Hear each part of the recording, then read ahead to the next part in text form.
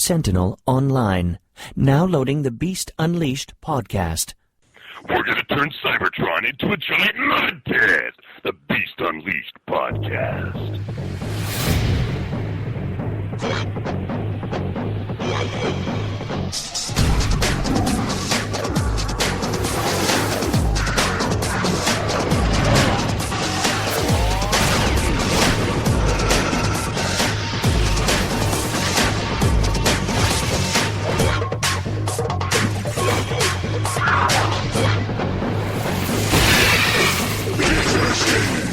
This is Megatron. This is the glorious Megatron. And this episode of the Beast Unleashed podcast features Stephen C. Phillips, Mike Blanchard, and Michael Wilson. Hello and welcome to the world's first ever Beast Wars Beast Machines review podcast. This is the Beast Unleashed podcast, brought to you by the Geekcast Radio Network. I am your host, TFG Mike, and I'm joined by Pecan Court Michael. Hello. Hey, how's it going? And Steve Megatron. Hello. That's not nearly close enough to being as dark. I was not trying to be. I was being Beast Wars Megatron. No, this isn't fucking Beast Wars anymore. Today we'll be reviewing 3 more episodes from Beast Machines Season 1. And we have dead air. Yes. I actually thought that was a pause point. Oh, that's funny. I just thought you were going for a break there so that you could break into the first episode. No. Steve, what have you been up to? Well, I've been doing more voice acting crap. Yes, I'm saying crap because one of the sites that I was trying to do some of the stuff on, I apparently have to pay for my account. I have a free account, but you have to pay for your account to submit anything, so it's like $30 a month, and I don't have the money to throw away on it right now, so I guess I'll have to pass on that. So you pay them to do work. Yeah, essentially. That's not how it's supposed to work.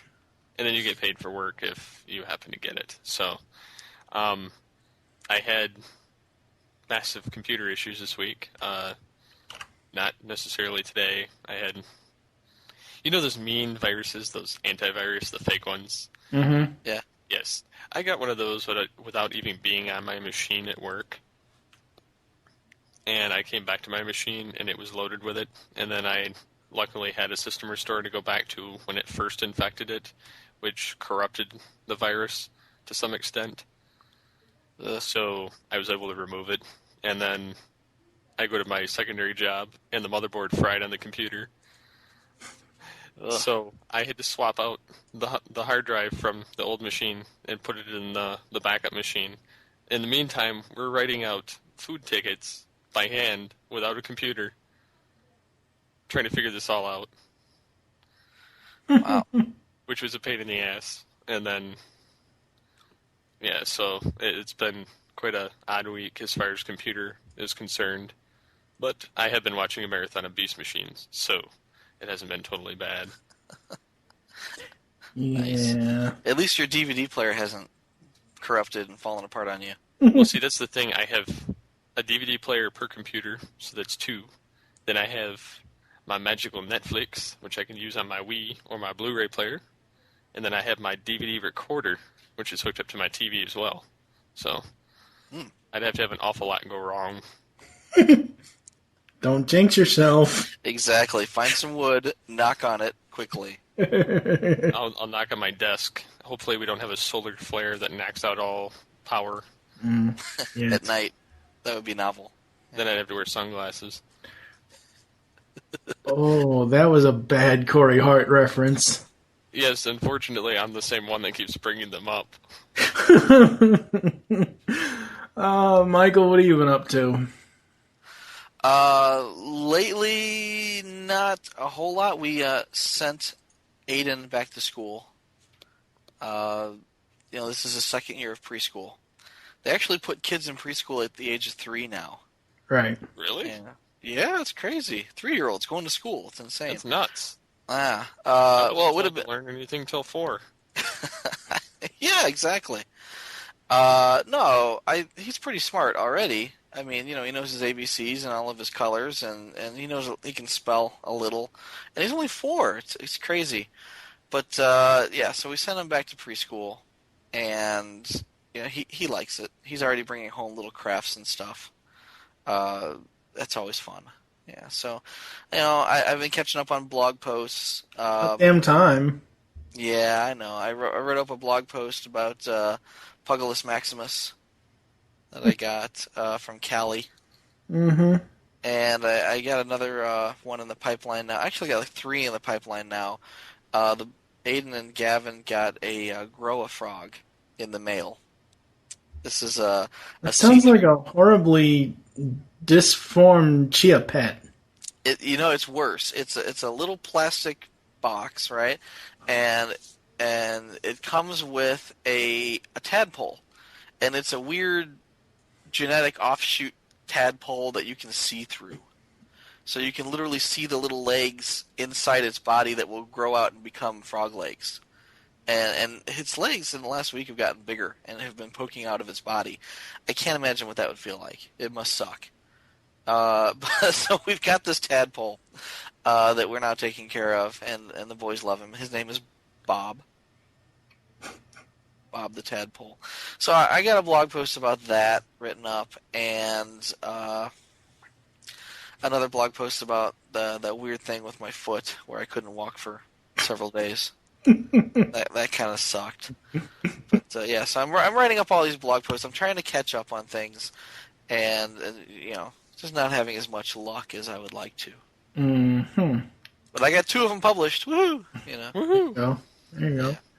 I have been trying to be more responsible with my finances, at the same time being irresponsible with my finances, if that makes any sense.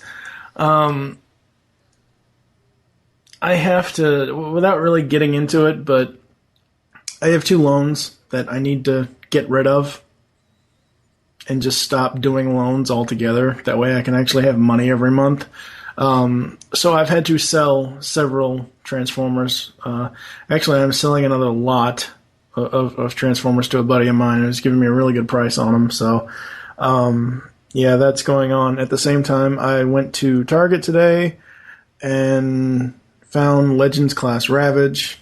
Only complaint about him, and I know this isn't Toycast, but only complaint about him is his eye is not purple. Huh. I've actually got one right here. Let me look at his eye. It's red or orange or whatever. It's kind of a brown.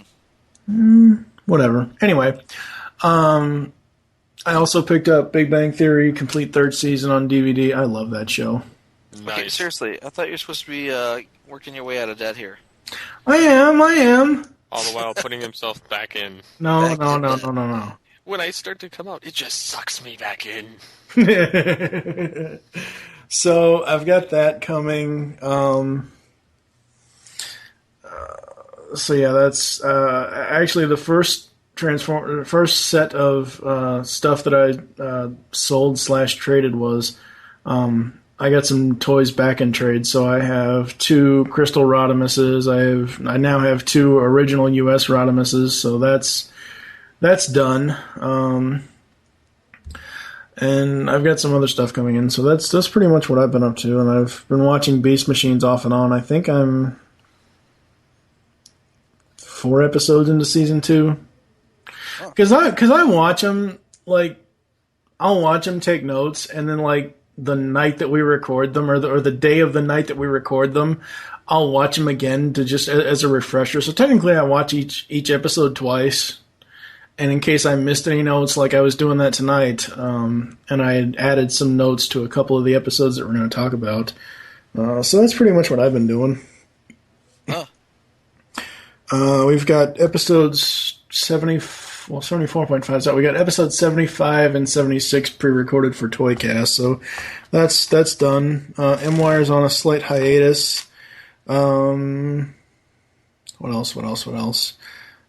Stan Bush interview that we did is up. We're running a contest to give away 2 Stan Bush packages. They each have a signed CD and a T-shirt.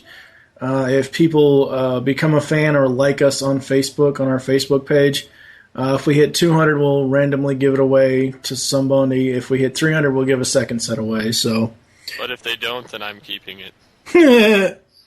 One set. I think right now we're at 117, 18, 19, somewhere around there. I don't know. Not bad. Yeah, we're getting there. I'm impressed. Otherwise, it's epic fail, and then I get a set. For me. With a signed CD. Okay, so let's get into some episodes.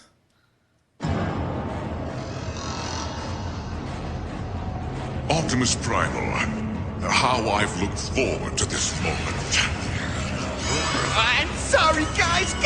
It's all my fault. You appear to have picked up a nasty virus. Not to worry, my friend. Soon you will be free. Free from pain. Free from your freakish beast modes. Free from the chaos of your individual sparks.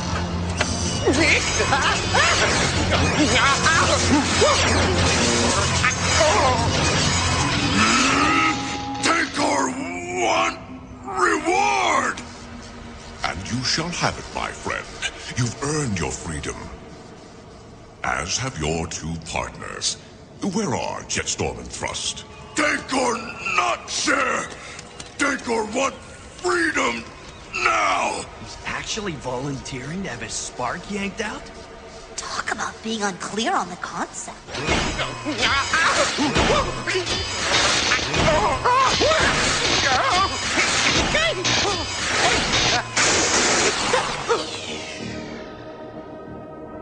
I am your creator.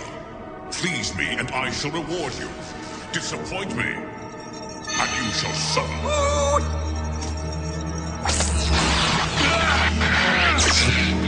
Now, if there are no further interruptions... I'm afraid there will be.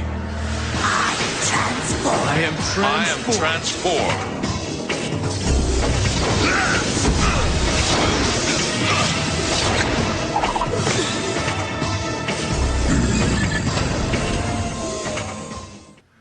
First up today is Mercenary Pursuits. Rattrap discovers a counter virus that helps him transform, but once he starts, he can't stop. Okay, again, Rhino, you guys suck when it comes to synopsises. That was Yes, the they entirety do. of the episode. Well, I know that was the entirety of the episode, but it just that just sucks. My first note was electrocuting Megatron still has bots that fail him though, because he Yes. electrocutes them because they failed him. I like that scene. Yeah, that was Because it awesome. shocked the crap out of him. I like Jetstorm. Here's the deal, Excellency. These two got in my way. Here's a little piece of advice: don't fuck up. Yeah, exactly. It's a very slight cue, and then it goes into the regular, not really the Beast Machine's theme, but the regular music of the chasing. So Beast Machines has a slight Looney Tunes moment, not just any virus, putty tat. Was that a Looney Tunes moment? Yeah. Okay. Well, it was a Looney Tunes saying, because Rattrap called Cheetor a putty tat. Oh, see, when I think of Looney Tunes moments, I'm thinking like, you know. Well, okay, it wasn't a moment, it somebody was a walking reference over then. Oh, okay, like a quote. Yeah. Okay, fine. I'm thinking like somebody walking over a cliff and their eyeballs bugging out. You know. I'm defying gravity while it occurs to me that I'm defying gravity. I'm dying. You know, that type of thing. Two-headed Rattrap is the art for this episode.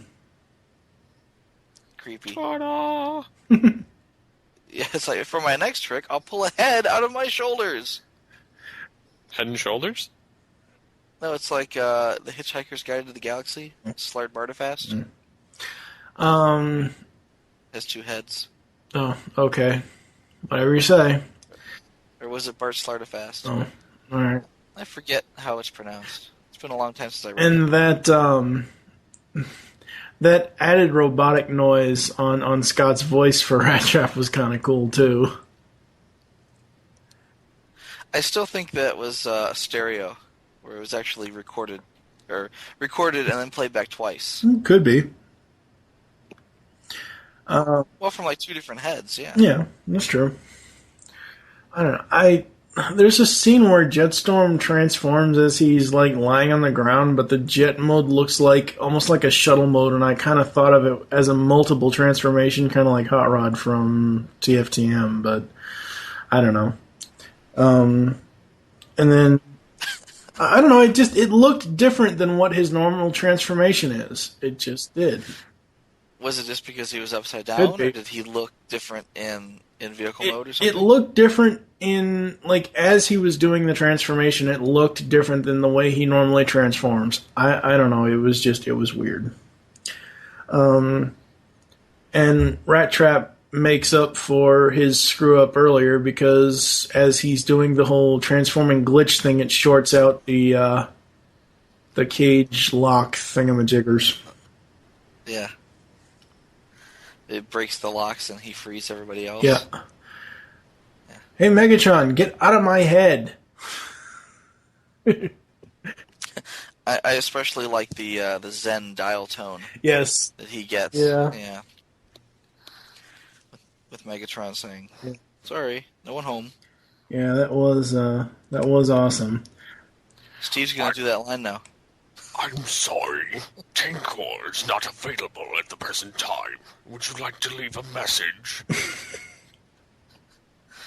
See, that was almost like precognitive on my part. It's like, Steve is going to... Oh, okay. And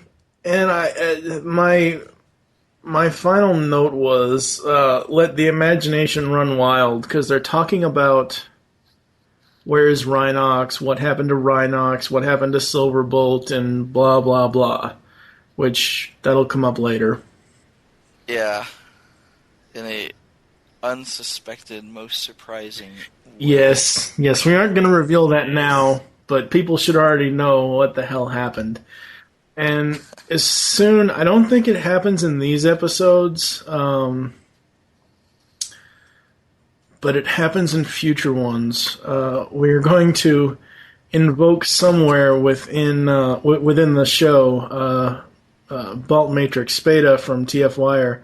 He has a little quote that he used to do in the TF Wire intro about Black Arachnia searching for Silverbolt, so we're going to incorporate that somehow. Okay. Steve, what are your thoughts on Mercenary Pursuits? I thought it was a pretty good episode overall, considering they were trying to figure out what's going on with Rhinox and Silverbolt and how to get them back. You had Rattrap try and cheat his way out of being stuck in beast mode, and I just thought it was hilarious how he's like, "Hey, look at me, I'm transformed," and they're all yelling at him and screaming like, "Transform back to beast mode," and he's like, "But I just transformed," and they're like, "Do it," and he's like, "Why?" Just going back and forth with him. Because Tankor is right behind you, you dumbass. He doesn't see all the explosions at the time. And yes. Like, oh, wow. But, yeah, and I thought it was cool how they brought back the prison bonds that they used in Beast Wars to tie up the beasts when they brought them to Megatron. Did they? I thought they had more like something, not so much... Well, yeah, they were shackled, but yeah, they had more like energy beams around them, though. No, they used those for Megatron. When they tied him to the shuttle, and when in season 2 when he was in Ravage's ship. Yep. But yeah, it was cool to see Rattrap break out and actually save everybody else, and see Tankor basically take down Megatron. Yeah, that was cool. At least, temporarily, and then Megatron's like, Primal just hacked Tankor. And he's what a good idea. He's like, I can use this. And then he's like, delete the last 20 cycles of his memory.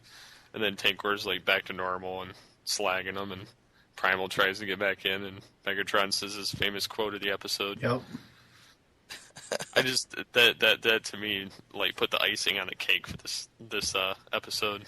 Yeah, it's funny. We have 2 episodes in this that we're going to be talking about today that Megatron gets damaged or goes offline. But there's one where he, in a way, shows a sense of honor in some sort, which is not Megatron-like. Yeah, that is. But we'll get to that when we hit that one. Yeah. But yeah, this was definitely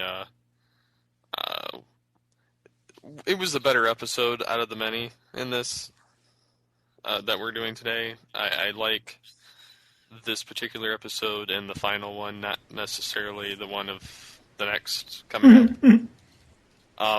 I'll get to that too. But yeah, did you notice Megatron's scar is over his left eye instead of his right in this episode?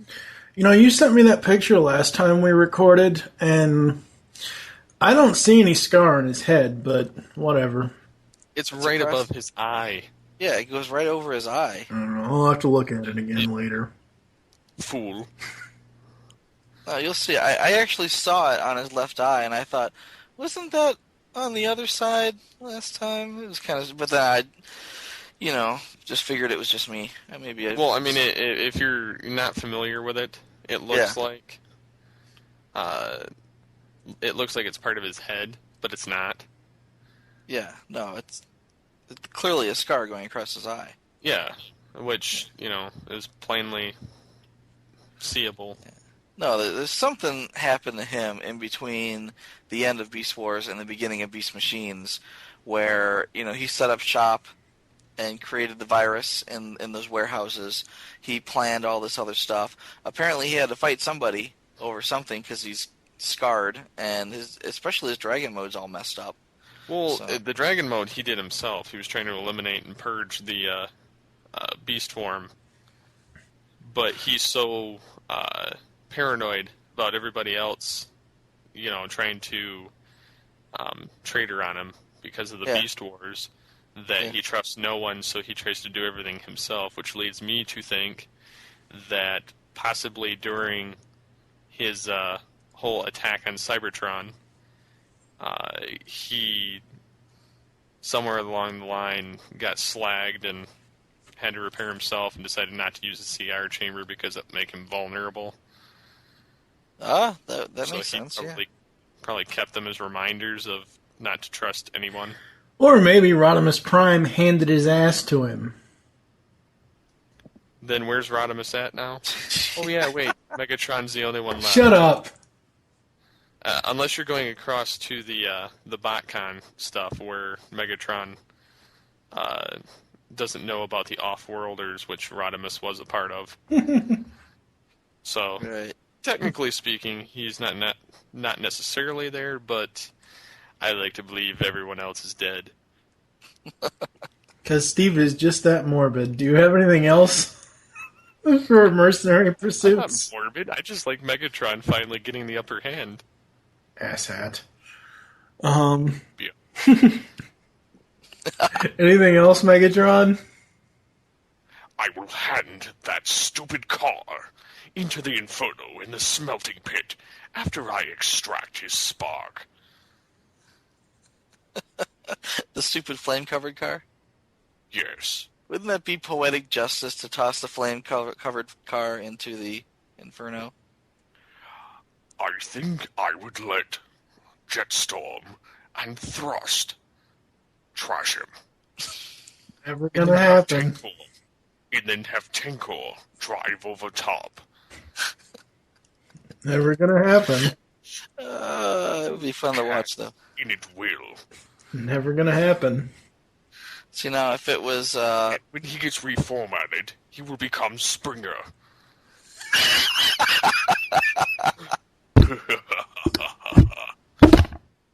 I was going to say, if it were Springer, Mike wouldn't be complaining, but... Shut up. Rodimus turns into Springer in the future. No. Okay, so Michael, your thoughts on Mercenary Pursuits? Tankor Smash. Tankor Overeyes. Tankor Smash. Yeah, that hasn't gotten old yet. It will soon, after he says it about 1,000 times. But at this point, it hasn't gotten so monotonous as to be annoying. So I dig it. I like Tankor. I think he's just so, he's just so Green Hulk. He's one of the better designs out of the Viacons. You think? I think so. Just because he's a tank, or you have like a tank bias? No, just because of how he looks. I mean, I like Thrust too. Yeah. But I think for that big bulky form, I think he works. Like that giant Cylon eye that goes back and forth. Oh yeah, that's kick-ass. The spinny Gatling gun turret on his shoulder. Gatling gun of doom. Oh, I'd take a robot form like that. You know what? Oh yeah. You know what really cheeses me off though? No mouse sensors? Or cheese sensors? No. The hell was that all about? Well, remember in Beast Wars? Rattrap had cheese sensors. Oh, yeah. No, you actually do have Tankor vision in this episode. Oh, yeah. Yeah, you do. Yeah. What really pisses me off about Tankor, and again, this kind of goes to there was no such thing as screen-accurate toys. I did some research, and I looked up his Beast Machines toy. It is fugly as all get out. I know, my brother actually had that toy, and it looks nothing like him. Unless you go for the Battle of the Sparks edition, which is a Tankor drone, which looks exactly like Tankor, but it's a basic figure. Yeah, no, the tank drone is dead on Tankor. He looks awesome. Yeah, and I don't get why they didn't do that for the proper Tankor, and because they kind of screwed up the other jet or the other mega size. Yeah. No, yeah. No, the mega size. I think the first season that came out, none of the toys look like what they're supposed to look like. No. I mean, Tankor, he's a fun toy. He's got a lot of gimmicks on him. He's neat. He's still, he's a tank. He still has the turret that comes over. He still has that eye that goes back and forth. And you can actually move it by moving there's like a thing you turn. And the eye goes back and forth across, But, so, I mean, he's got Tankor-like stuff. But he's not painted to look like Tankor. Oh, no, he's like red and black. Yeah, that's ugly. Oh, no. I still like tank drones. The what? The tank drone figure. No, the tank drone's kick-ass, yeah. I'm actually looking right at the tank drone here on my shelf. I actually want one. Oh, he's cool. I'll have to put a picture up. I know what it looks like, I just never got one. No, the tank drone is cool. God, I don't want to get into the discussion over the toys, but you know who else is a good toy is that Beast Machine Scavenger. He's a little scout class tank. Yeah. He rocks. I really do. We'll have to get into that later. When, we get to the last episode of the TU. Yeah. But you know what kills me, though, is that you've got Tankor, and then you've got the tank drone, right, which is a little tank drone. Then you've got Thrust, and you've got the Thrust drone, which is a small, which is more cartoon accurate, right? Then you've got Jetstorm and the Arrow drone. And what's odd is that the Arrow drone is just a repainted Jetstorm. He's not like a smaller, more screen accurate version of an Arrow drone like the other two are. He's just another Jetstorm. The upside of that they had as an Ultra and a Deluxe. Oh yeah, no, I'm just talking about the Deluxe. Yeah, the Ultra got repainted as a BotCon exclusive, but that's Cyclonus. Yeah, but that's about it. Yeah. But no, that particular mold, the Deluxe mold for Jetstorm, is awesome. It works. I've got like 5 repaints of it. So getting back to Mercenary Pursuits here. Yeah, sorry. To digress. Exactly. Twice. Stealthy Rattrap is stealthy. There's no sewer surfing this time, though. Yeah, he's not exactly ninja-like. What kills me, though, is he's finally able to transform. Well, he can't control it, so he's like popping up on everybody's sensor, or all the Viacons' sensors. But the fact that, he doesn't look much like a Rattrap anymore. He looks like a little kid in a baseball cap. It just doesn't look right. It doesn't look like a Rattrap. At least it's a functional baseball cap. Yeah, he's got a visor. Mm-hmm. I dig the visor. I don't think I was about to say, I don't think the toy has a visor. But we won't go back. Yeah, let's not go there. Yeah. I won't go back to the shelf. Yeah. Yeah, so basically, Rattrap can't stop transforming. Everyone now knows where they are. And the running starts again. And, this, again, goes back to the constant running throughout this episode. But here, in this case, I'm really surprised that they didn't ditch Rattrap. It's like, look, you're giving us away. Go the hell away. Don't run by us. Run over there. Right, but he's got the wheels. He could just speed off in another, anywhere else would be fine. But instead, they kind of keep him with him, and they just keep getting followed and shot at, to the point where eventually they're captured. Yeah. They're like, "Damn it, Rattrap!" Yeah, exactly. It's like, what the hell? No, I'm just really surprised they didn't leave him behind, and not in like a cruel, cripple him and leave him for dead type of way, but just like, hey, you've gotten out of worse scrapes on your own. Why don't you give us a break and head off in the opposite direction and cover our, basically cause a distraction so that the rest of us can get away. Yeah, but the problem is that you don't have the maximum rubber burn in this version of Rattrap. He really can't do anything for himself, especially once he took the transformation enhancer, because the transformation enhancer fucked him up. He really couldn't do anything, regardless of even attempting to be a diversion so the others could get away. So they kind of had to figure out a way to, save his ass. Yeah. Well, luckily in the end, it's him saving their ass. Yeah, true. So it kind of makes up for it. But, so they're all captured. They're all in front of Megatron. And Megatron says, "Your soul is mine." Not in so many words, but, it was Mortal Kombat. Yeah. Shang Tsung from Mortal Kombat. Fatality.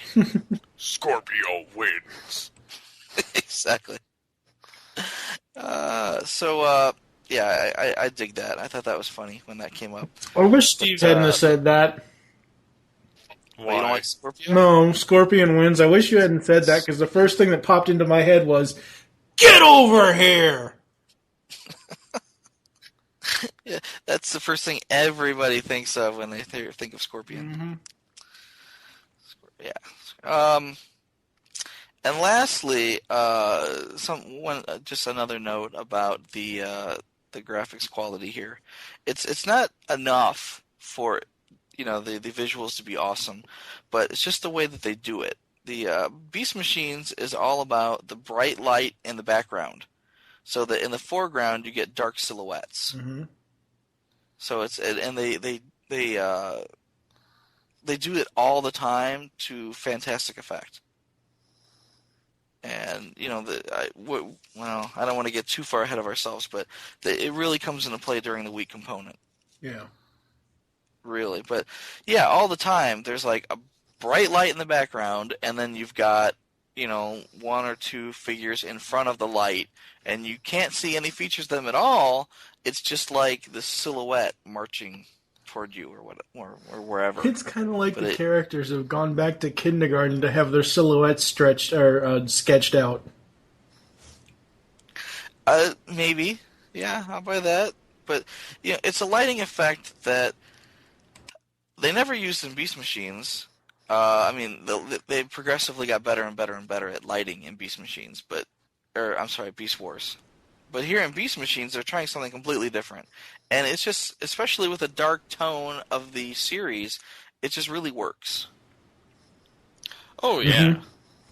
It's much better in this series than in Beast Wars as far as all the lighting and all the new elements they're able to add with details. Regardless of the mushroom cloud fire effects, I don't see any visual problems with Beast Machines whatsoever. As far as the backgrounds, the lighting, all that stuff. Well, I would say that again, this is 1999, 2000 when these came out. And nowadays, if you're going to have a cityscape, the cityscape is going to include like textures on buildings that make them look like buildings. Here, they have a cityscape, and the fighting goes across, entire blocks of just huge towers and things. And the only downside I can see here is that the buildings all look like giant blocks. It's like a big purple block. It may have lines or something on it to denote that there's texture, but not so much. It's not like a regular building where there's going to be windows or things like that. It's literally just a very large geometric shape that they climb up on top of or jump around and things like that. Right. But it did even in Beast Wars when they would do flashback scenes showing Cybertron. So yeah, it looked roughly like that. Yeah, but I mean, if you're gonna, there's more detail, but it's still the same. Exactly. Yeah. If you're gonna take a reference, though, take a reference from something that's a little more detailed. But no, especially when they go to the what do they call that? Cybertropolis. Well, it's Cybertropolis, yeah, but I'm thinking. I mean, Cybertropolis again. It's just it's a large city, but the buildings are very nondescript. But when they get into the Citadel. No. I'm thinking of it's like a factory that builds the tanks. Oh, that's an Right? weak component. Yeah, you're stuck on weak component. We haven't even gotten there I keep yet. jumping ahead. I'm sorry, but again, you get into different environments where it's smaller, Mm-hmm. not where you have a smaller scope to the environment, not an entire city, but just a smaller area where there's maybe an enclosed area. They get into a lot of detail. Yeah. And it catwalks and all these different things going on, mechanical arms and it looks really nice. You can see what they can do. Oh. And they're not really slacking here. It's awesome. Yes, it is. And we are gonna move on. I am transformed.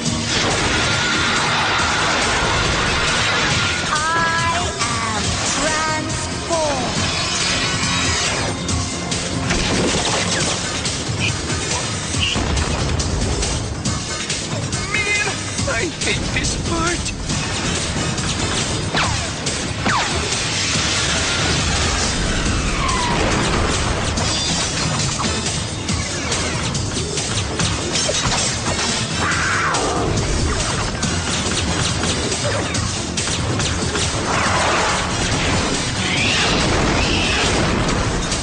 Way to go, Maximals. What did it take, like 5 milliseconds for you to lead him right to me? Don't worry about the pain, Bat-Boy. I won't feel a thing. Next is Forbidden Fruit. The Maximals... Fruto prohibito.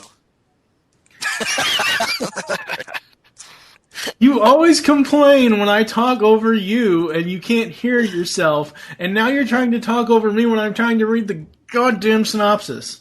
I thought you would pause momentarily, and you didn't. I was going to, but you didn't give me a chance. El Fruto Prohibido. Boilo Macho. Shut up, Steve.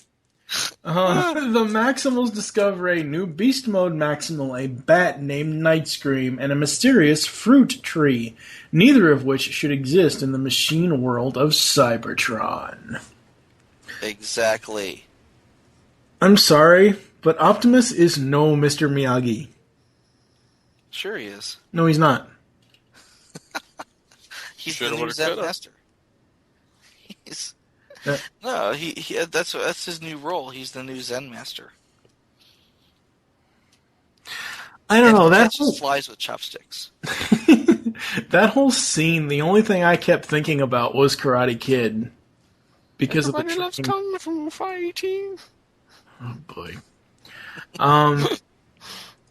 This note I took especially from Michael. Enter Nightscream. Let the stoning begin. Let the plot holes begin. Primal says, explanations later. I'm like, yeah, you fucker. You're going to explain this shit. This just doesn't make any sense at all. You know, we were talking about the toys earlier, as far as being off-model, obviously, but one thing I noticed about, I never noticed this till now, but Jetstorm is a dark blue, okay?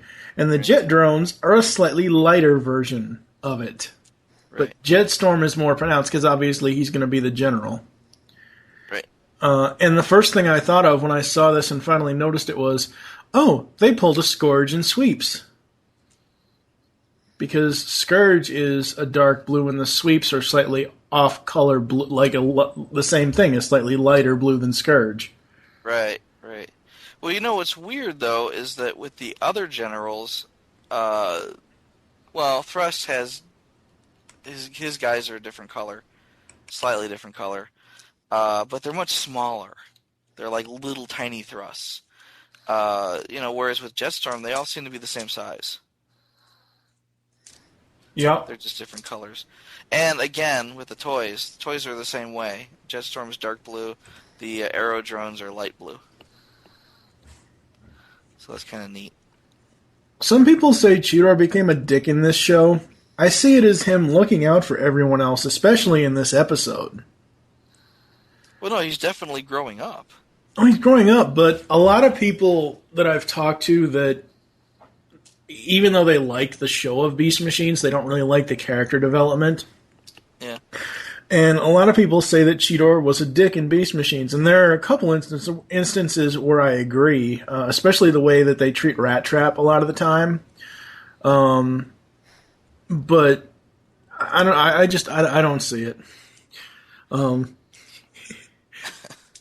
And then after the reformatting, nice upgrade. Nice upgrade. Yes. Well, at least he doesn't have to eat anymore. Oh, he eats. He eats energy. Well, Hello, Unicron! He's got the worst special power ever. I like the scream, though. That's cool. Yeah. We'll get to that later, because that actually comes in with weak component, I think. It's like reverse deep-throating. Ooh, that sounds really wrong and kinky and horrible. He's going to have a bukkake good time. God. Do you know what that word means yet? Yes, I do. Don't tell Mike. It'll be our little secret. I don't want to know. I don't even care. I looked it up. It's odd, to say the least. Yeah. Well, the Japanese. I looked what are you up gonna the do? term, but... The Cheetor Optimus exchange it's clearly Optimus Prime Magnus type of emotions. It's the exact same scene from TFTM. Where? When after Optimus goes, after he says he has no more energy, he has to rest up, and he's like, "You will lead them now." And Cheetor's like, "Oh, I can't. We need you," and blah blah blah blah blah. He goes, "No, we can you can handle it. I have to rest. I have to go take a nap now. You must lead them." But when I was watching it earlier today, and maybe it's just me and reading in all these G1 references, but I swear it's just like when Prime passed the Matrix onto not mattress, Matrix. Take my mattress. It's just like when Prime passed the Matrix onto Magnus. Because Magnus... And then promptly stole it back later. No, that was from Rodimus. Doesn't matter. It still Yes, happens it does. again in here. Get your continuity right. No, I know what you're talking about. I'm just saying. Yeah. Prime steals command back. Like, fuck you, you're doing it wrong. He was doing it wrong. Every team needs a rookie, and Nightscream is it for this show. Yeah, Cheetor's like, knock it off, you dumbass. Probably thinking, was I ever that stupid? Oh, yes, you were. Sure. It was only a couple of seasons ago. You were almost as bad. What? I'm not going to... Yeah, exactly. What, like 3 years? 4. Yeah. So, what do you have for this one, Steve? Well, there is the magical element of Soundwave. Soundwave was there. Yes, he was in the flashback scene, and it looks like he's got his arms in the air, like he's screaming, "Oh no, I'm about to be hit with a virus!" Either that or shot by a Viacon. Yeah, the virus came out of the sky. It came out of the sky, and it turned me into a boombox. No, in Nightscream, I seem to think... Fighting. Yes, and I think Nightscream is Frenzy. So, you can infer it either way. It doesn't matter. I don't care.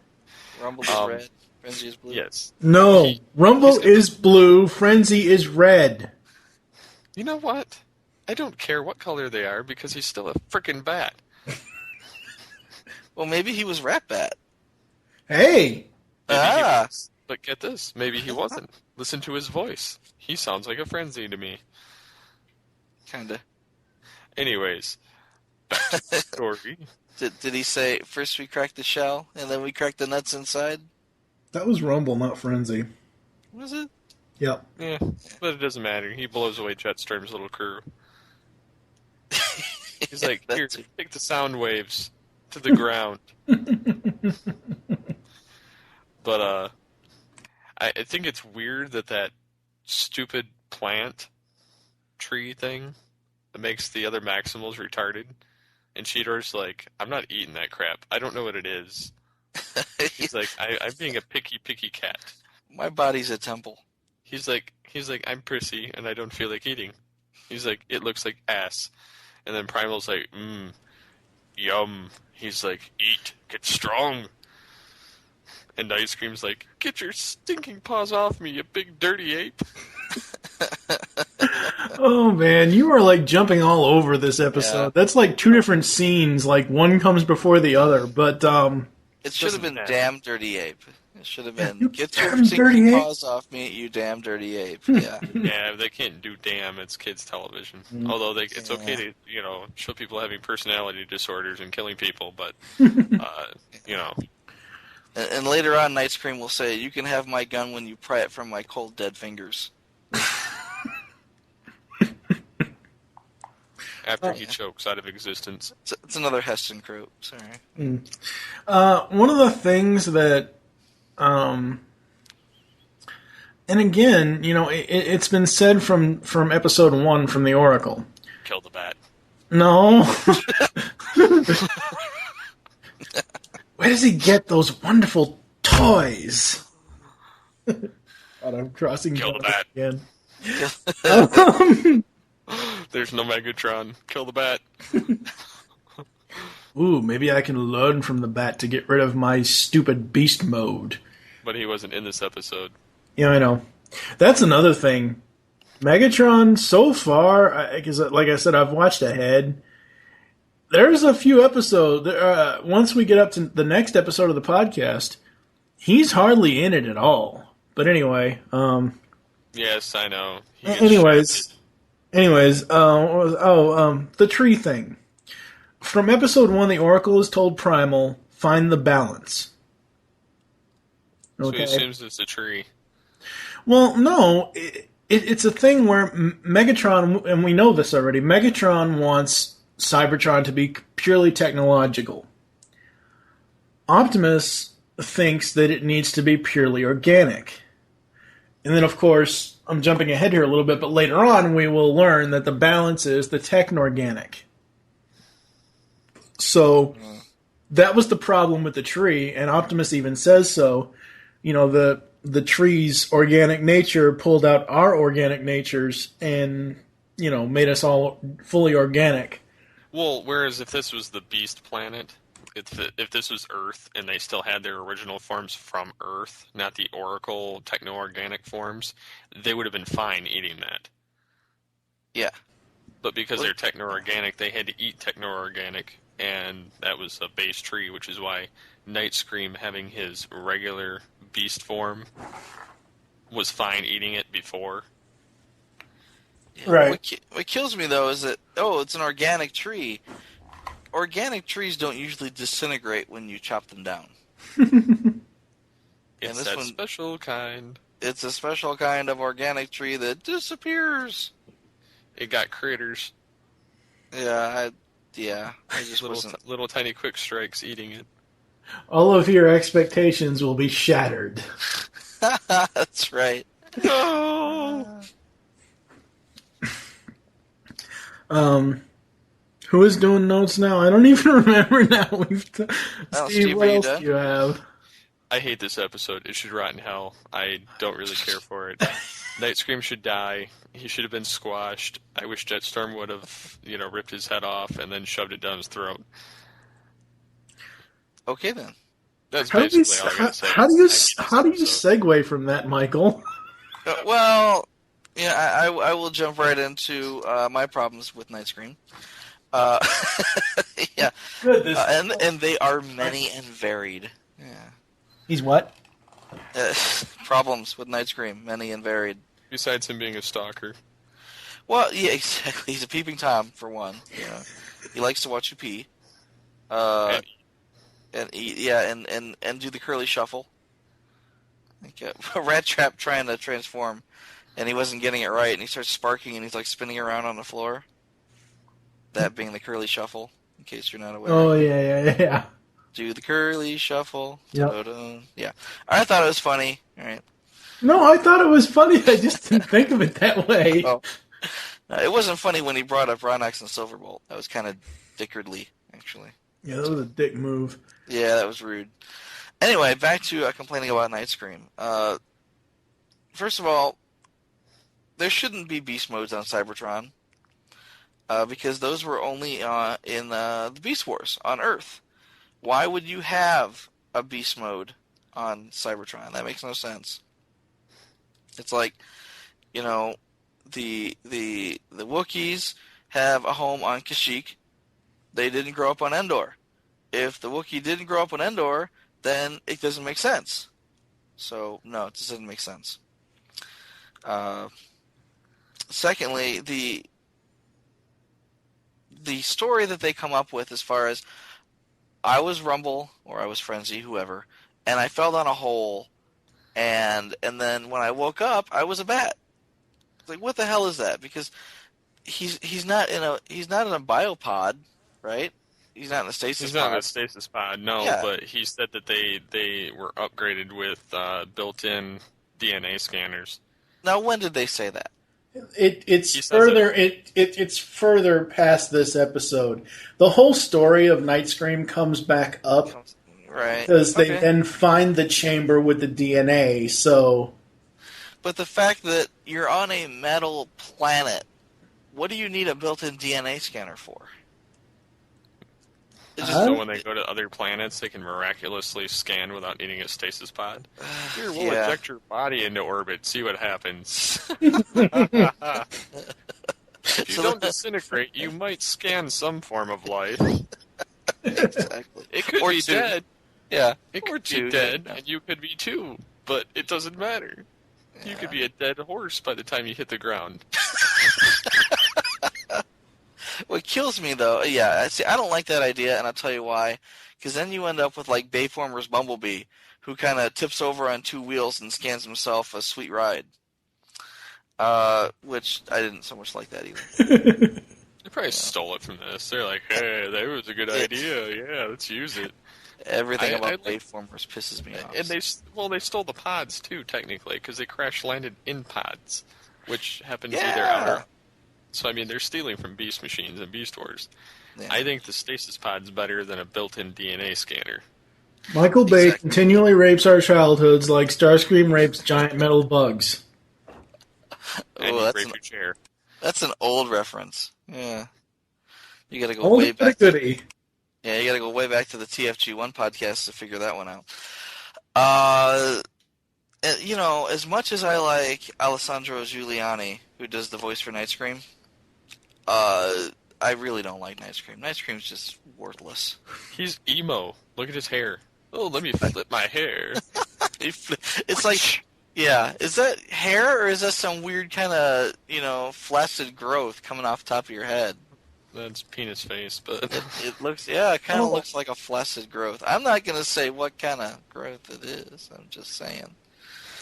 So yeah, I mean, I don't like Nightscream. I mean, I understand that maybe they need a new kid, quote unquote kid character because but this Cheetor's design was so stupid.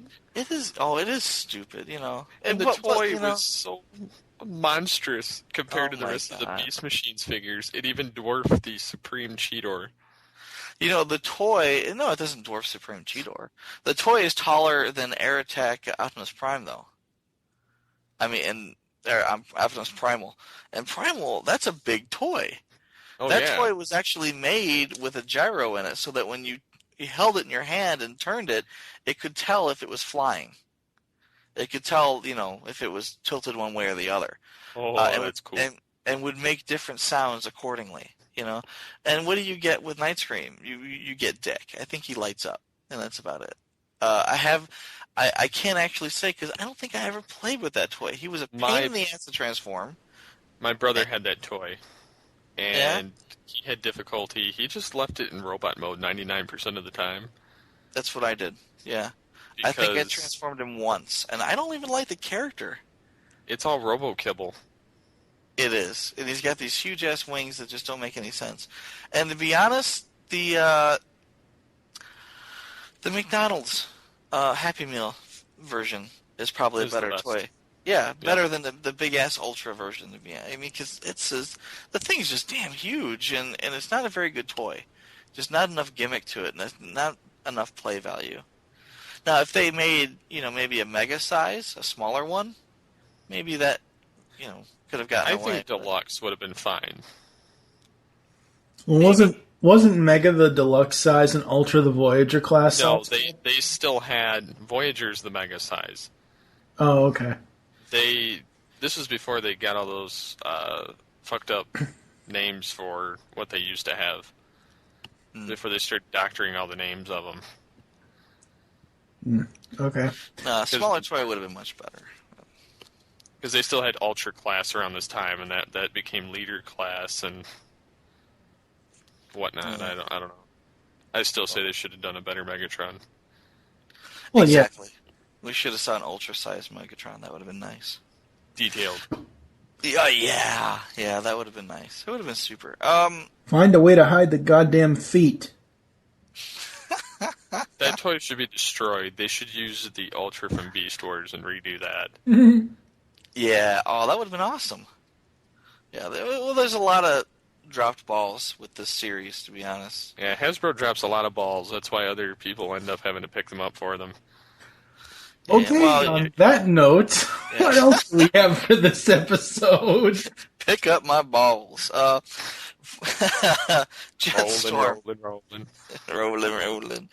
Finally, a general appears with his army.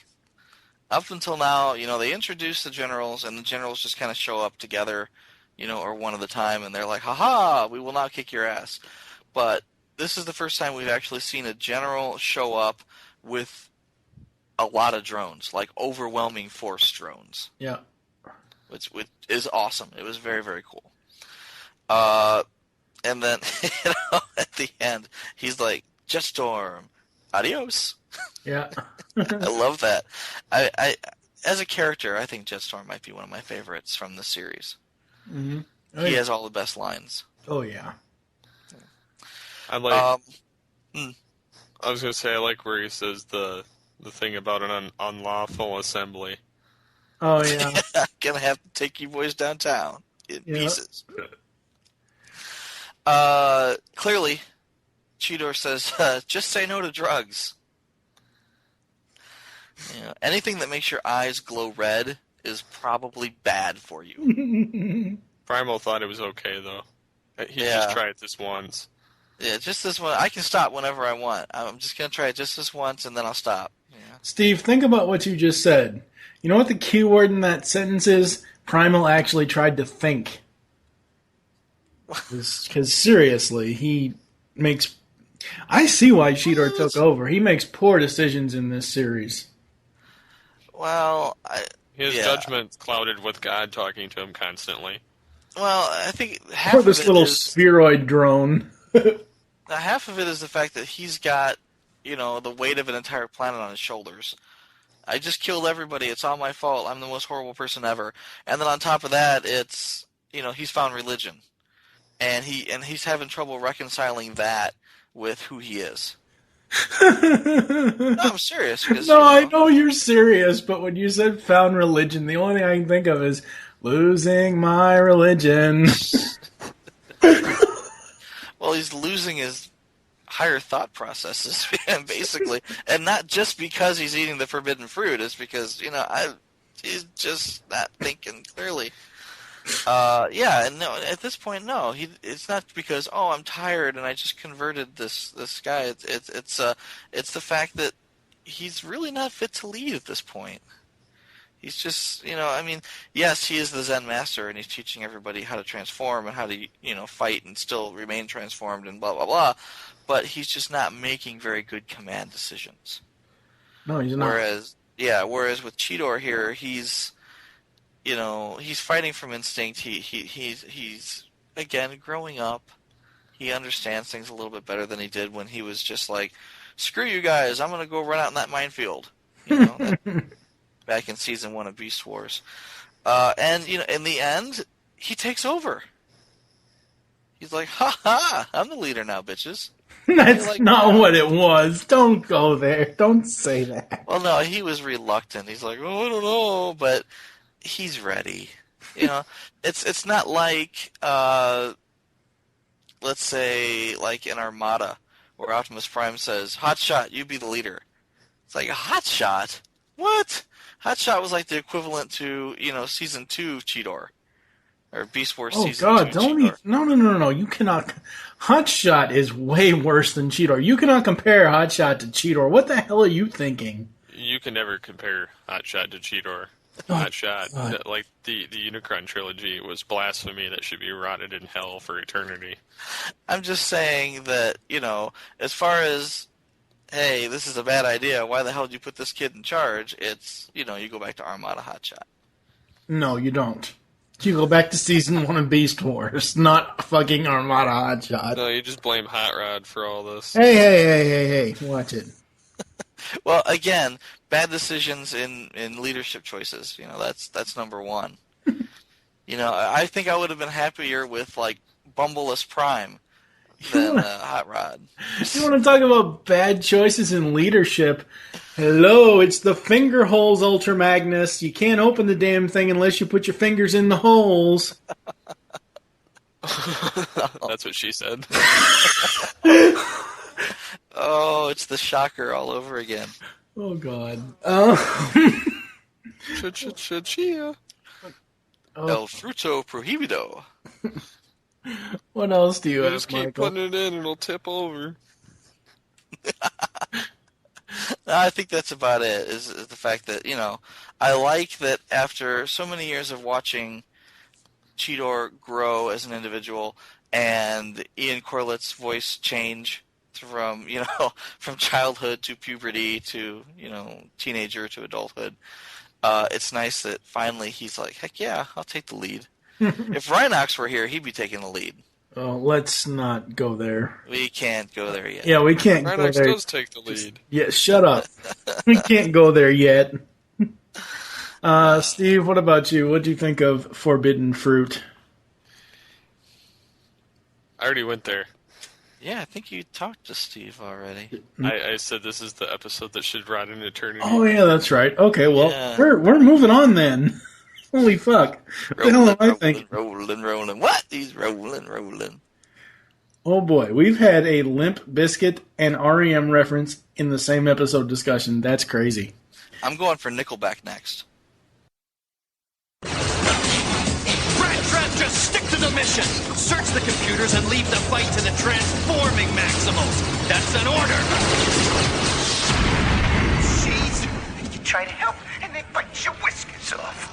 I must warn you, this DNA purge is still in the experimental stages. Will it eliminate my beast mode? Absolutely. In theory. Then why am I still waiting? Perhaps you should wait until the Maximal situation is more stable. And allow them to unearth another mongrel beast? Hardly. Finally up today is the weak component. Rattrap finally learns how to transform, only to find that his robot mode has no weapons. With nowhere else to turn for protection, he turns to Megatron.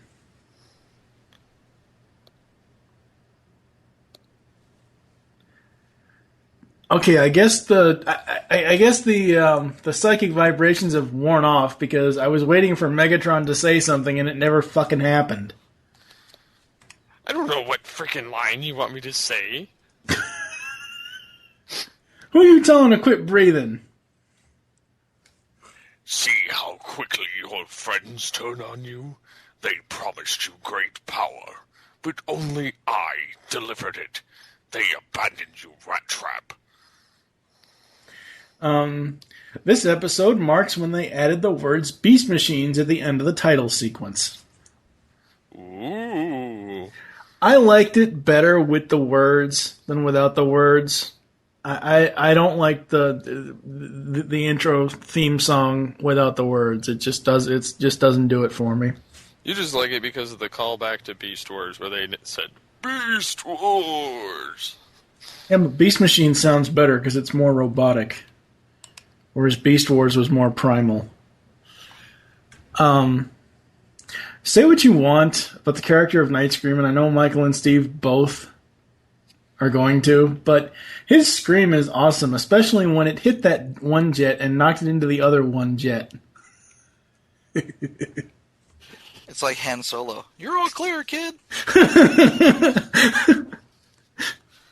Yeah, no, even that is no reason to like Nightscream. Yeah, it's The like effect is cool though. It's kind of like Nightscream. We could compare him to a young Cheetor, but Nightscream can actually hit things. It's like, it's not like shooting the broadside of a barn. You can aim at things and hit them and make them careen into other things. Whereas Cheetor spent most of the Beast Wars not being able to hit shit. Okay, yeah. Cheetor is being a dick to Rattrap in this episode just because he can't transform. I find it strange that throughout Beast Wars, Cheetor was the one who was being picked on and ridiculed, but now it's Rattrap. You would think that everybody kind of, because Nightscream is the rookie, they all kind of gang up on him as well. But you would think, regardless of Rattrap's inabilities or not learning how to do stuff, you would think that he wouldn't get it, as much shit as everybody else or as Nightscream would or anything. Because, Rattrap has been here from the beginning. They just like hazing him. I guess. No, I kind of see this as a handicap. Well, yeah, it is a handicap. They don't actually come out and say, oh, he's handicapped. But I think if they did see it that way, or at least if his teammates saw it that way, they wouldn't be so quick to bash on him. Right. They're like, oh, well, we have to cover for him because, he's our friend and, he's our buddy. But that doesn't necessarily mean that they're going to like his disability. Right. Like, hey, your robot mode, it sucks. You're stupid. I know. Well, at this point, he can't even transform. No, he learns how to he gets transforming down. He got a raw deal on weapons. Because his robot mode has no weapons. Till he creates his own. That's a little bit later, but yeah. Yeah. And then Rattrap makes Megatron go offline. Yay! Yeah, so he single-handedly won the Beast Wars. The Beast Machines. The Beast Machines Wars. Yes. Kinda. Yeah. The Machine Wars. Machine. Oh. That was an awful line. Yeah. I know that Beast Machines is supposed to be really dark and all compared to Beast Wars, but damn it, I really don't like Rattrap's dark side. It's just the whole time, and this goes back to what you were talking about earlier, Michael, about the lights and the shadows. It has this Rattrap in the little or the big Tankor body type thing, and it's got a red background, and you've got his face silhouetted in black, and the only time you actually see his facial features is when he fires a shot at his friends. It's so awesome. Oh, it is awesome. The effect is awesome as far as the silhouetting. I like that, but I don't like Rattrap's dark side. Yeah, you know what? It never looks so good as when Rattrap shoots down Nightscream. Yeah. Again, the lighting is awesome. Yeah. Not just because he shot down Nightscream, but because, it looked really good when he did it. But yeah, that whole room is just very dark, and not just dark, but red. Yep.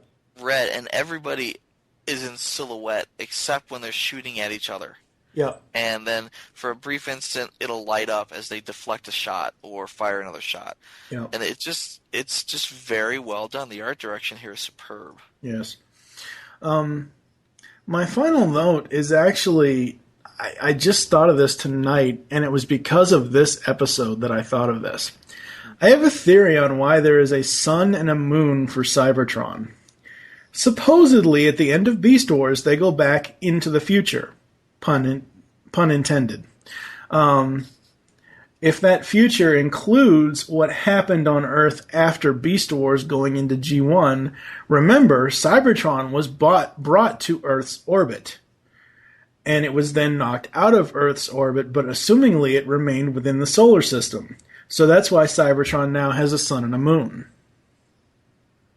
I don't buy that Cybertron is in the Sol system. I don't either. Don't buy it. As far as I can understand, or as far as I remember, Cybertron wasn't in a solar system. It isn't. It doesn't actually orbit a star. It just kind of free floats through space.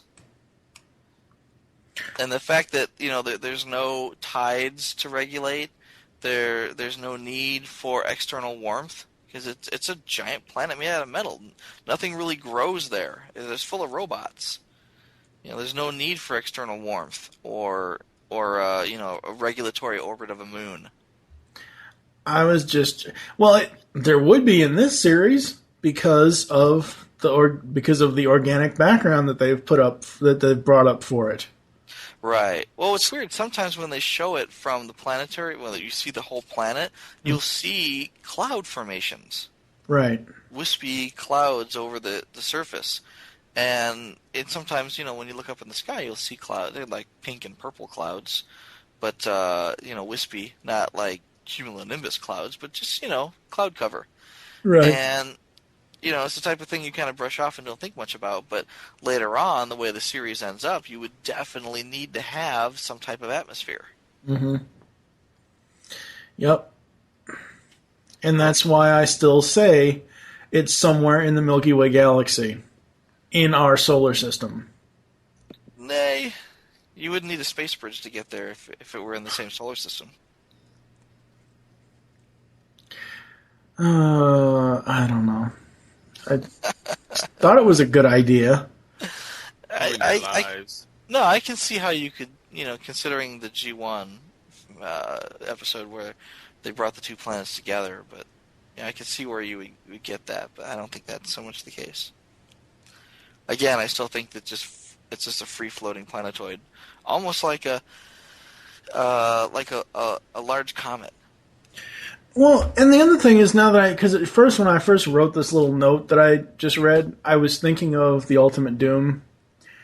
Now that I'm thinking about it further, Galvatron did hook up a giant rocket to Cybertron and took it to Earth at the end of Rebirth. So, still, I don't count. Yes, it does. Hey, that don't count. That fucking counts. Those episodes never existed. They yes, still they had did. The Headmasters. Japanese continuity is what doesn't exist. That's what Headmasters is. No. Okay, so Steve, tell us your notes. My notes. Where we're going, we don't need notes. Exactly. All right. I like how Megatron actually did get damaged for once. as much as I don't like him getting damaged because I like Megatron, but it was kind of ironic to see him in the spot that they could end it, yet Rattrap didn't. Yep. Rattrap's like, you have noisemakers? I want noisemakers.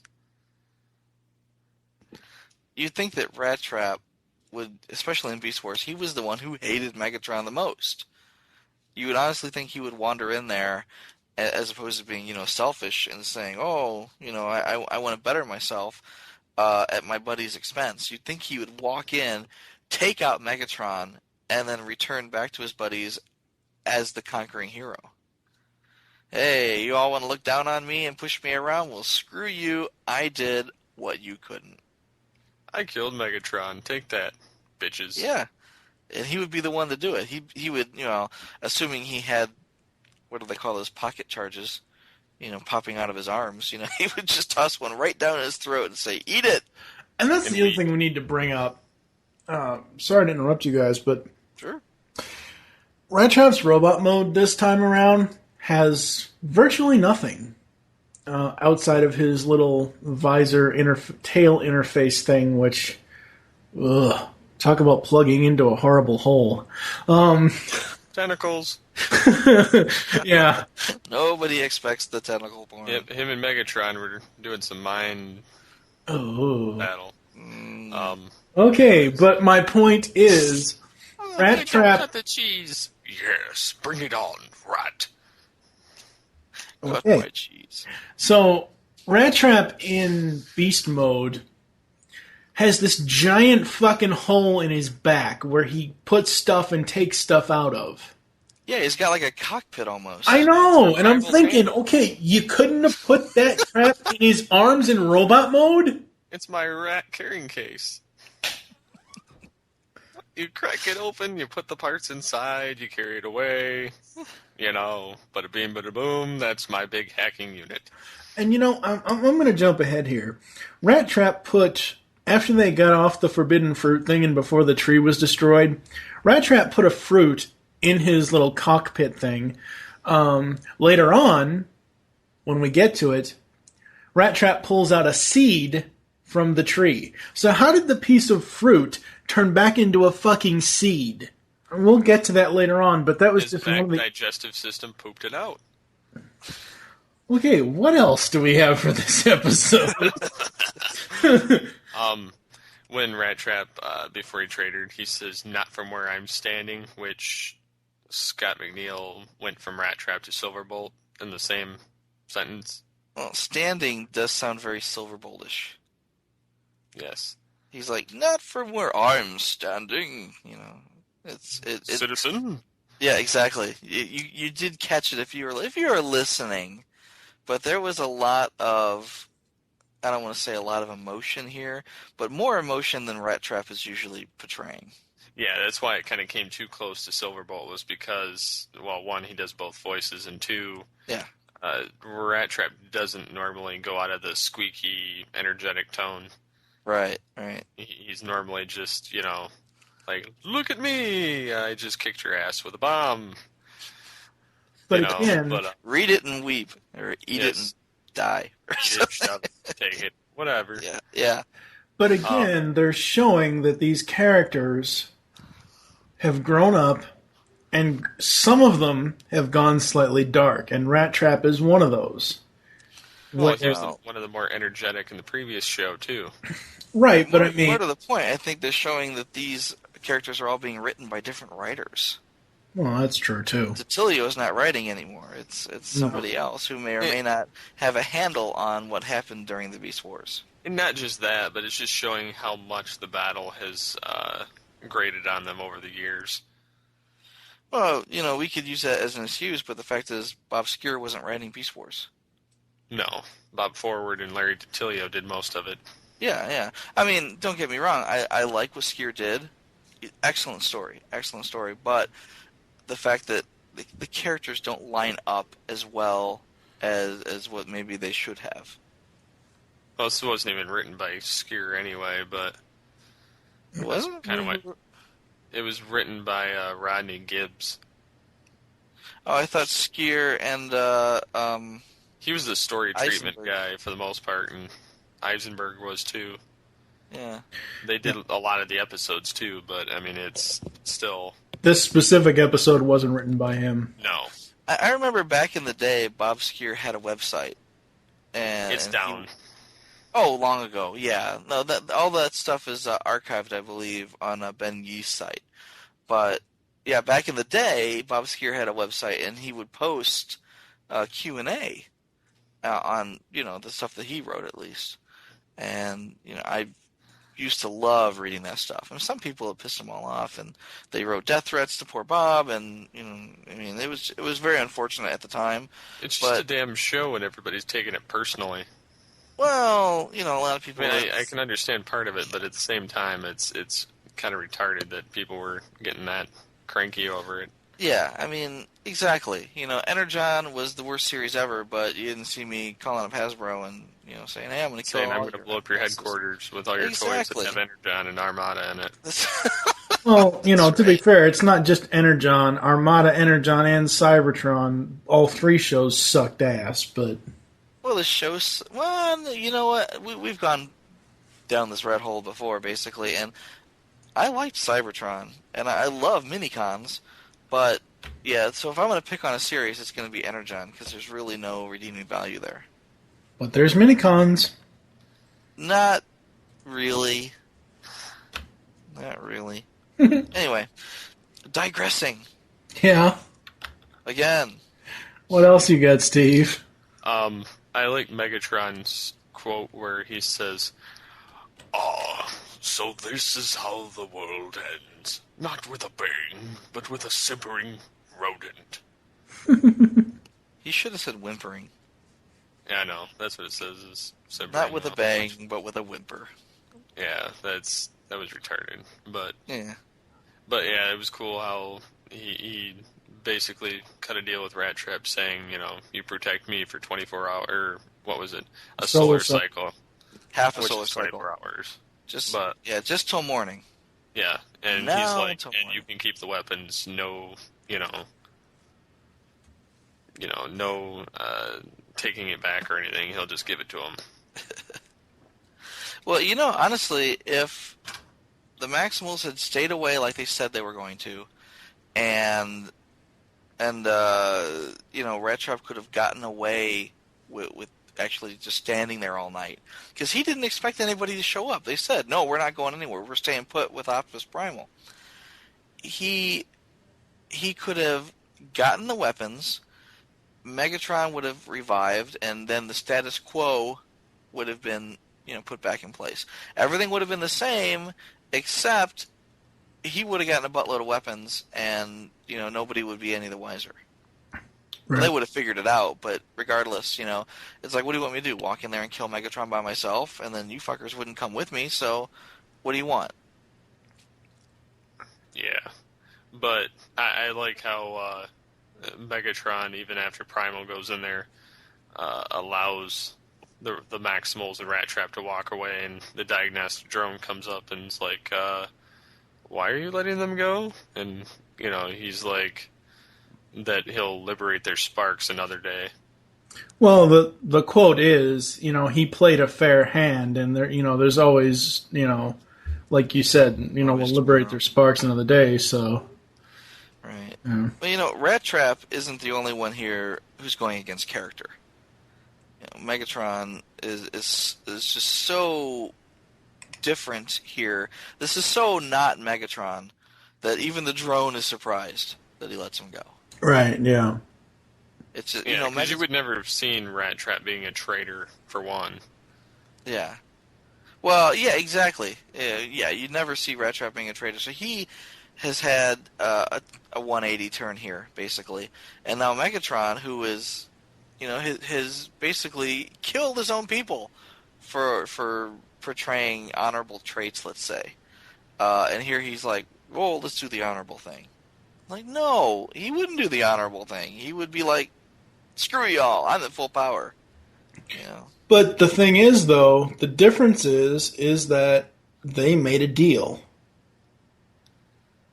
And granted, Megatron has gone back on deals in the past, but that was because Megatron then had the upper hand. Here, he didn't. He was vulnerable. So that's he wasn't why vulnerable in the end. He was not only back up to full power, but he had all three of his generals standing there at full power. right. So I don't know. I was really surprised that everybody just decided not to act like their normal selves here for a little bit. Although it does kind of fit Megatron in some senses because how arrogant he is, which is how he's always been. Yeah. Well, if he thinks he's going to get the upper hand in the next episode, maybe I could see that. But not having watched that one again yet, I don't know. But having tampered with Tankor, allowing certain programming abilities to be screwed with, he left open a door that he knew would lead to some sort of victory because of a previous transformation of a certain Maximal into a Predacon once before. Viacon. Yeah, well, he was a Predacon in Beast Oh, Wars. yeah, Dark Designs, yeah. Yes, so he's basically playing the same hand again, now knowing what to expect. Right. Ooh, yeah. We'll have to bring that back up when we get to that, though. What else we got for the weak component? I think pretty much that's it for me. Okay, then. That's my cue. Yeah. Yes. In the beginning of this episode, you've got Optimus Primal having a dream where he basically sees what's going to happen with Cheetor. And with Rattrap, where you've got Megatron with the Rattrap in his hand saying "ha ha." In Beast Wars, it was Cheetor who had the precognitive dreams. So he only had one. He had like 3 or 4. No. Yeah. No, he only had one. No, he had one where he saw where he saw back on Cybertron how things were going to go. On the web, he saw the Starscream and Megatron and Tarantulas on Cybertron. Right, and right. then there was, I know there was at least one other one. There was the one where I forget what episode it was, but he went down for a nap, basically, in cycle down mode, and Rhinox was telling him about how Yeah, but that's not really a precognitive dream, though. He was under. Yeah, he was under, but that's not him seeing the future, though. But that's exactly what Rhinox said 10 minutes later for the first time. And it's like, oh, wait a minute. Cheetor already heard this. Right, because it was in his dream, but it wasn't like... I don't know. It happened at least one more time. I can't remember exactly when, but, he had precognitive dreams. Yeah, and again, it's like, wouldn't it be neat if Cheetor had the dream this time as opposed to Optimus? But I guess Optimus having this mystical connection to the Oracle, now he's getting ESP. Yeah. Which, doesn't make any sense. But yeah, we'll go with it, sure. ESP, extra scary personality. Exactly, yeah. He goes up to him and goes, boo. Well, what's scary is when you open the door and there's people there in suits and they're like, can we tell you about the Oracle? You're like, no, I don't want to tell you. No. And they have the what is it? That stupid ass book, The Covenant of Primus. and they're wearing Soundwave suits. Oh. And they come out and then they're like, well, let us do a little demonstration, and they pop out cassettes and they all start doing a little dance, and pretty soon everybody's converted and Optimus Primal's shanghaiing everybody, and yeah, it just gets worse from there. Right. Yes, that's why Megatron had them eradicated before they could even start. That's right, because no good can come of this. No, take them to the pit. That's right. So, back to the weak component. Yeah, exactly. Yeah, basically the only way Rattrap can transform is to, completely go against character. Basically he's thinking of others first, as opposed to being a selfish bastard, as he always is. He did start out in the Beast Wars as more of a mercenary, where it's like, look, I'm not putting my neck out for you. But he grew, and eventually he did. Kind of really threw himself in the danger more than once for his comrades. Oh, yeah. And the fact here that they're saying, "Oh, I'm thinking of you guys, and now I can transform." It's like, when is he not thinking of other people? So it's like, it's odd that they would say, "Oh, I can only transform when I'm, being what I'm not."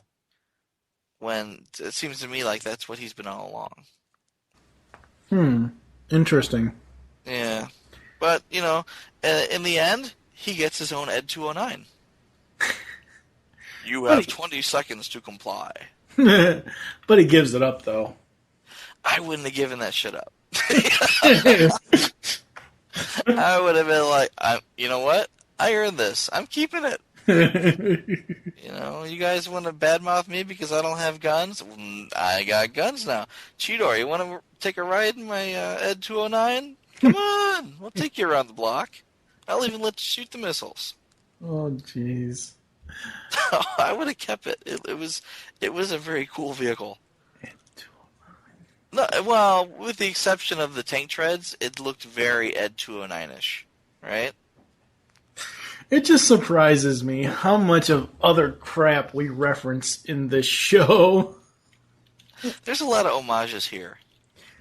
Right. And I'm not saying that there isn't, but I'm just saying, like, the entire run of Beast Unleashed, there's so many things that we've gone down dark holes with or whatever, and it just, like my Back to the Future reference earlier.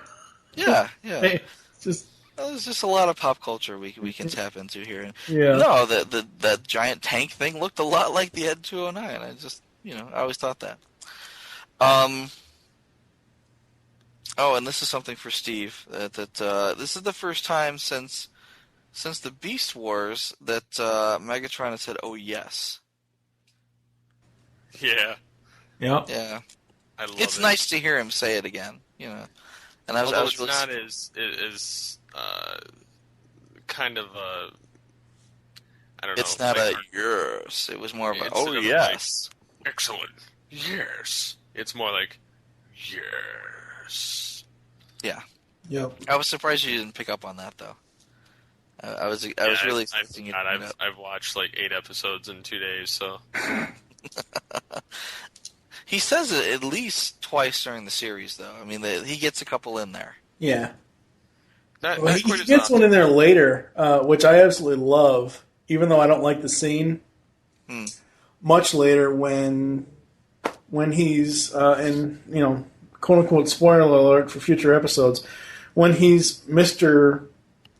Mini Spark with mini hands, and then he goes into this body he's being built or that he's having built, and we're not going to say what body that is because let's save that. But when he does that, he does this like giant laugh, and he goes, "I'm alive! Oh yes." I'm alive. Yes. Okay then. Yes. Anything else on the weak component? No. I think that's about it. Alright, I think we're going to go to some clips or quotes or something or other, I don't know, and we will be back with the outro. There she blows. We'll return to the Beast Unleashed podcast after this. Hey, this is Cheetor, and you're listening to the Beast Unleashed podcast. Ultra Gear. Here's quote number 1. I gave you each a spark. I granted you independent thought, individual identities. I asked only one thing in return. The complete and utter destruction of 4 puny Maximals. Why has this not happened? Okay, Magnificence, check this out. I have the whole zoo on the ropes, and I'm bobbing, weaving, and flying circles round him like nobody's business. Then these two lugnuts have to come along and mess up my timing.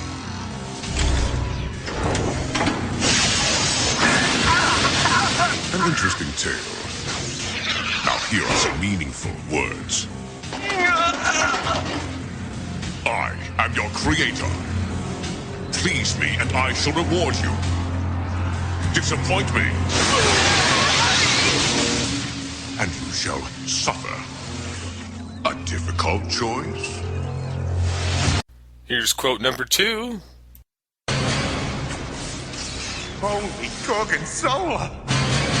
I better do something faster. It's gonna be a lonely ride home. How about it? Come on, just this once. I am transformed! I did it! Oh, look out, world! Rattrap is coming back in style! And quote number 3.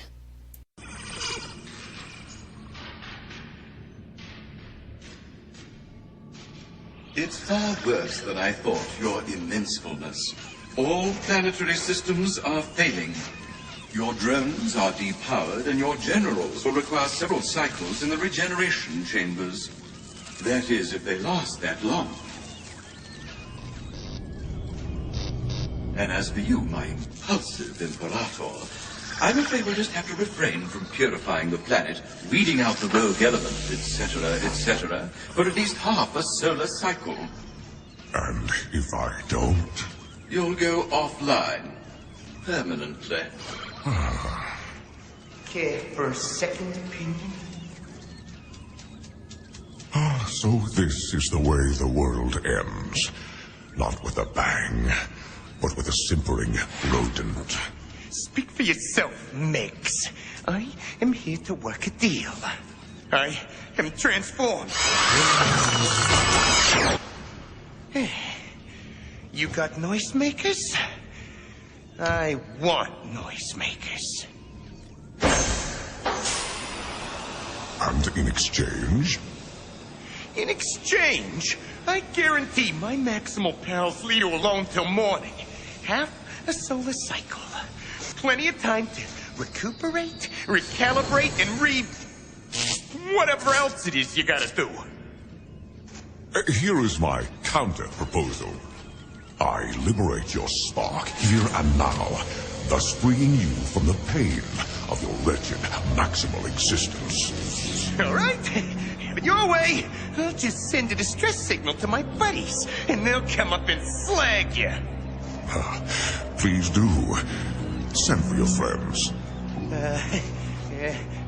I'll do it. Yeah, just you watch. You wouldn't be here unless you had nowhere else to turn. So let's cut through the signal noise, shall we?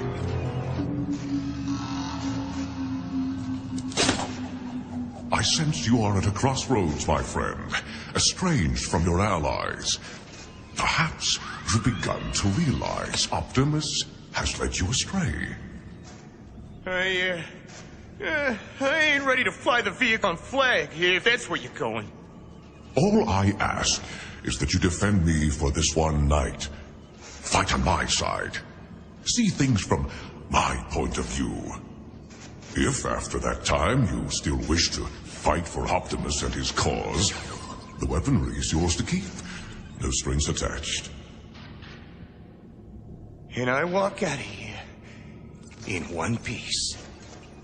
Completely unharmed. Naturally, if any harm comes to me by a Maximal hand, you forfeit the weaponry. Deal. Now, back to the Beast Unleashed podcast.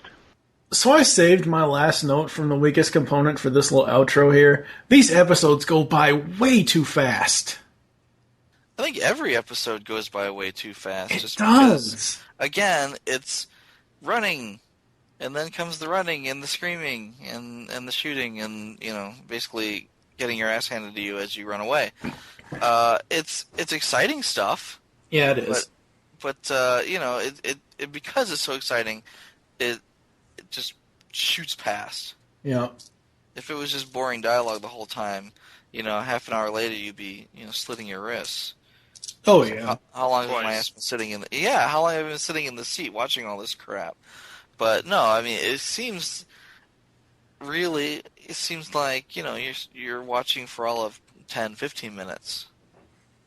Well, actually, the episodes themselves are only probably about 20 minutes long, so that's a bad analogy. But as crazy as it is actually harder to come up with stuff to discuss on the Beast Machines episodes because they move so fast. And because they are, regardless of our little nitpicks on the designs and on the the mushroom cloud fire effects and all the nitpicky character stuff. Yeah. Outside of that, it is really hard. I mean, I actually, because like I said before in this episode, I actually watch these episodes twice. I watch them first, I take notes. I then watch them again, and I see if there's anything I can add into it, because I had, for Weakest Component, I had 2 notes before I rewatched them this evening. I had 2 notes for that entire episode, and then I added stuff into it. It's extremely hard for me to take notes with these, like Steve was saying, because number one, they go by so fast. Number two, for me, they're so enjoyable because I love this show. So no, it's fantastic. What I'm wondering though is, each episode's 20 minutes long, roughly. What happens if you take out all the scenes of them running and being shot at?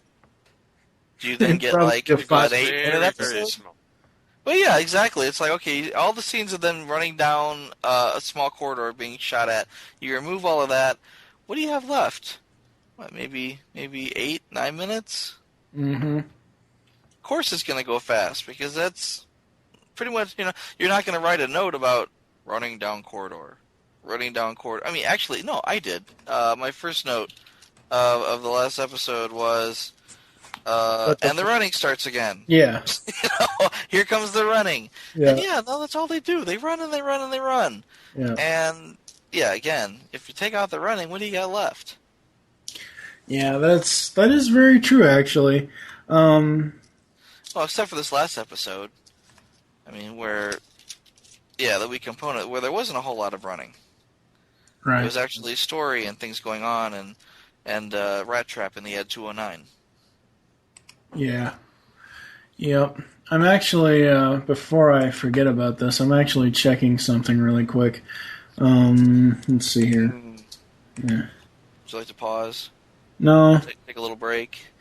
No. Oh, wait a second. I guess, yeah. Glade, yeah. Did we already talk about iTunes reviews for this show? No. I don't know. Okay, good. I think you had mentioned that there was a new review, but you weren't going to say what it was until this episode. Yeah, okay, that's right. So, thank you for joining us here on the Beast Unleashed podcast. There are several ways to get in contact with us or leave feedback for the show. Visit the website, geekcastradio.com. You can comment on each episode post. Join the forums, ProductionEmpire.com/Nexus. Leave the show's feedback in iTunes. We have an iTunes review. It's actually, Glade wrote it. His name on iTunes is Podcasterfy. I don't know. It's kind of like Michael's Otto Botley logo thing or saying thing. What? Yeah, it looks like that. But another made-up word. Yeah, exactly. Nothing wrong with that. So Glade left this one a great listen. I do a lot of outside work and I need podcasts to keep entertained. I highly recommend this one. I grew up watching Beast Wars and Beast Machines, and the host and co-host do a fantastic job reviewing the episodes. Thank you guys for the amazing podcast and keep up the good work. So thanks for listening. That's Glade. nice. Yes. I'm going to have to listen to Glade's Spawn podcast here, because I like Spawn. I was a big fan back in the day when I collected comic books. Mm. And back in the day, like 20 years ago, right? Right. Yeah, I was a big Spawn fan. Big McFarlane fan, to be honest. So yeah, I'm kind of looking forward to hearing that. Yeah. Call the voicemail line. Tell us the show you're leaving the message for and your name. 502-526-5821. We hope you enjoyed this episode of the Beast Unleashed podcast, and join us next time. We're reviewing 3 more episodes from Beast Machines Season 1. Basically, we are doing a 3-parter next episode, so it's going to be one long discussion. So it's Revelations Part 1, Discovery, Part 2, Descent, Part 3, Apocalypse. For now, I am TFG1 Mike with Michael Wilson. Megatron closed the show. And Steve Megatron Phillips. I think he fell asleep. You will eat. No, you will eat boiled goose. Yes. Boiled goose?